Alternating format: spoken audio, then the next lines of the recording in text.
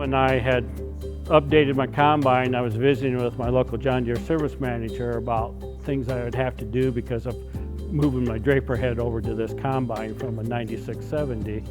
And he was showing me the new concave, and he says, I'd really like to have you put that in. And even on the green stemmy beans, the samples were a lot cleaner than they have been in the past. Just that peace of mind knowing you're not putting foreign material in there that's taking up valuable space. Corn as well, with those hybrids that are tightly wound, it got that free grain captured and then back in the grain tank where it needs to be. I think the elevator was happy with it. I never had any problems with any too much FM or anything like that. Draper heads now, they talk about how you can start earlier in the morning, go later at night, so you're going to have beans tough when you start, could be tough at the end. I don't think you have to worry about what's going to come out the back end of the combine with having this type of the Condex Revolution concave in the combine. It just makes it easier and less worry.